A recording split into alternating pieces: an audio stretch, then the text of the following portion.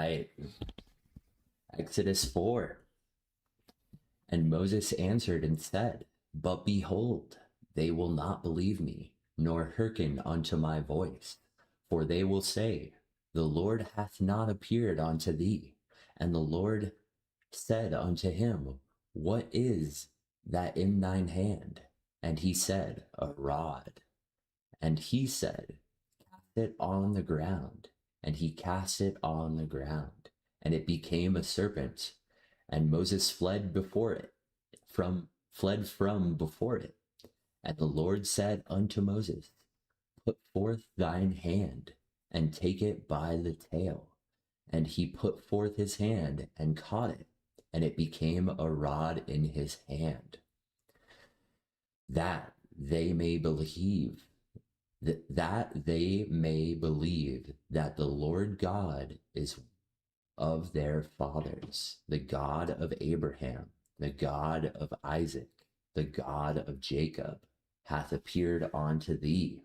And the Lord said further unto him, Put now thine hand into thy bosom. And he put his hand into his bosom. And when he took it out, behold, his hand was leprous as snow. And he said, Put thine hand into thy bosom again. And he put his hand into his bosom again, and plucked out of his bosom, and behold, it was turned again as his own other flesh. And it shall come to pass, if they will not believe thee, neither hearken to the voice of the first sign, that they will believe the voice of the latter sign. And it shall come to pass, if they will not believe you, if they will not believe also these two signs, neither hearken unto thy voice, that thou shalt take of the water of the river, and pour it upon the dry land. And the water which thou takest out of the river shall become blood upon the dry land. And Moses said unto the Lord, O my Lord, I am not eloquent, neither am I. Neither hear therefore, nor since thou hast spoken unto thy servant, but I am slow of speech, same, and slow of tongue, also same. And the Lord said unto him, Who hath made man's mouth? Or who maketh the dumb, or deaf, or the seeing, or the blind? Have not I the Lord? Now therefore go, and I will be with thy mouth, and I will teach thee what thou shalt say. And he said, O my Lord, send, I pray thee, by the hand of him whom thou wilt send. And the anger of the Lord was kindled against Moses. And he said, Is not Aaron the Levite thy brother? I know that he can speak well. And also, behold, he come forth to meet thee. And when he seeth thee, he will be glad in his heart. And thou shalt speak unto him, and put words in his mouth, and I will be with thy mouth, with his mouth, and will teach you what ye shall do. And he shall be thy spokesman unto the people, and he shall be even he, and he shall be even he shall be to thee instead of a mouth, and thou shalt be to him instead of God. And thou shalt take this rod in thine hand, wherewith thou shalt do signs. Return to Egypt. And Moses went and returned to Jethro his father-in-law, and said unto him, Let me go, I pray thee, and return unto my brethren which are in Egypt. and see whether they be yet alive. And Jethro said to Moses, Go in peace. And the Lord said unto Moses in Midian, Go, return into Egypt, for all the men are dead which sought thy life. And Moses took his wife and his sons and set them upon an ass, and he returned to the land of Egypt. And Moses took the rod of God in his hand. And the Lord said unto Moses, When thou goest to return into Egypt, see that thou do all these wonders before Pharaoh, which I have put in thine hand. But I will harden his heart, that he shall not let the people go. And thou shalt say unto Pharaoh, Thus saith the Lord, Israel is my son, even my firstborn. And say unto thee, Let my son go, that he may serve me. And if thou refuse to let him go, behold, I will slay thy son, even thy firstborn. And it came to pass by the way in the inn, that the Lord met him and sought to kill him. Then Zipporah took a sharp stone and cut off the foreskin of her son, and cast it at his feet, and said, Surely a bloody husband art thou to me. So he did let him go, then said, A bloody husband thou art, because of the circumcision. And the Lord said to Aaron, Go in the wilderness to meet Moses. And he went and met him in the mount of God, and kissed him. And Moses told Aaron all the words of God who had sent him, and all the signs which he had commanded him. And Moses and Aaron went and gathered together all the elders of the children of Israel. And Aaron spake all the words which the Lord had spoken unto Moses, and did the signs in the sight of the people. And the people believed. And when they heard that the Lord had visited the children of Israel, and that they had looked upon their affliction, then they bowed their heads and worshipped.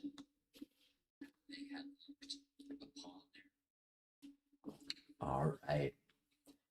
Exodus 4 marks the transition where Moses stops debating God at the burning bush and finally steps onto the road back to Egypt.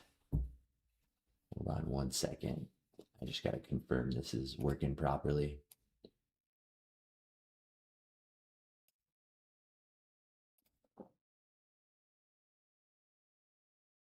All right. Despite having the uncreated name I am revealed to him, Moses is still trapped in deep performance anxiety and fear of rejection.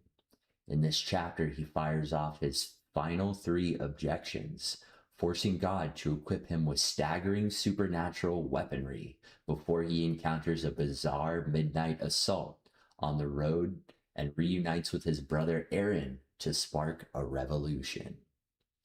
Moses launches his 3rd objection, focusing on the lack of street credibility among the slaves. But behold, they will not believe me, nor hearken unto my voice, for they will say, The Lord hath not appeared unto thee. God answers by weaponizing the regular everyday objects around Moses, transforming them into 3 distinct, undeniable, miraculous signs to validate his authority. The staff to cobra. God commands Moses to throw his wooden shepherd's staff onto the ground. It instantly transforms into a slithering, lethal serpent. Moses runs away from it in terror. God commands him, Put forth thine hand and take it by the tail. He grabs it, and it snaps back into a rigid staff. God commands him to put his hand inside his cloak. When he pulls it out, it is completely white and rotted with incurable leprosy. He puts it back in and pulls it out, and it instantly restores like fresh flesh.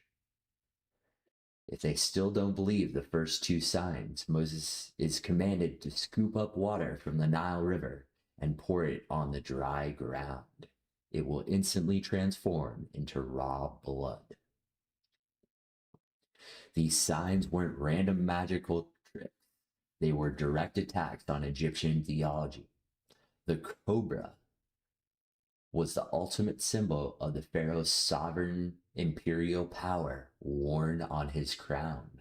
By showing that Moses could control a cobra by its tail and turn the sacred Nile to blood, God was demonstrating absolute authority over the gods of Egypt.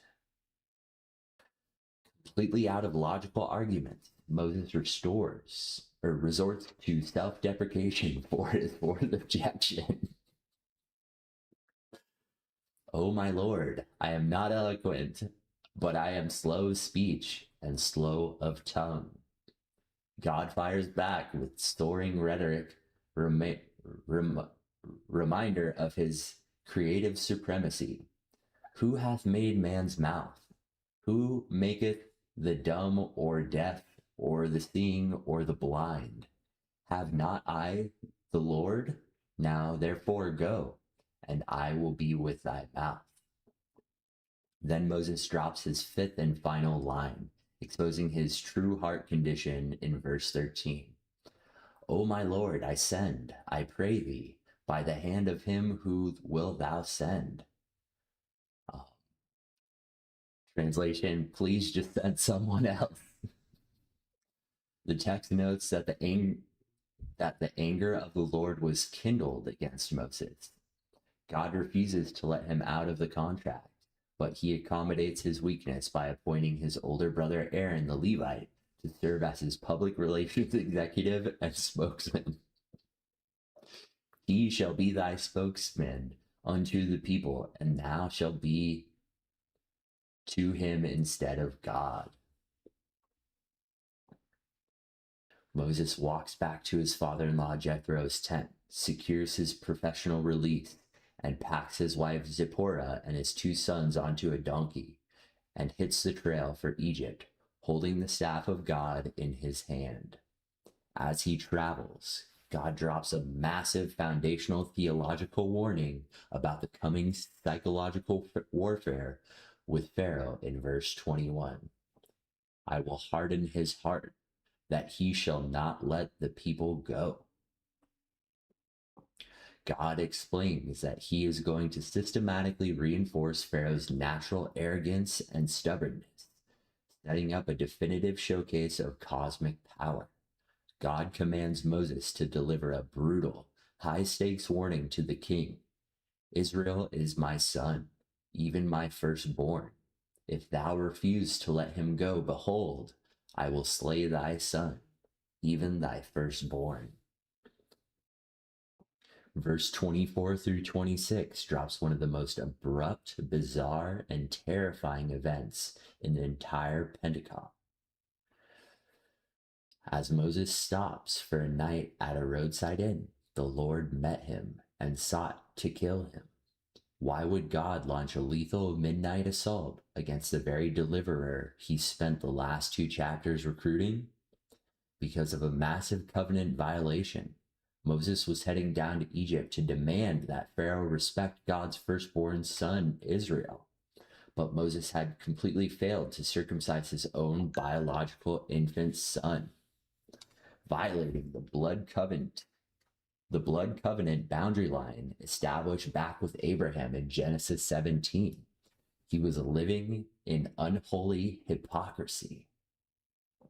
Moses is physically incapacitated by the divine assault, realizing the life or death crisis.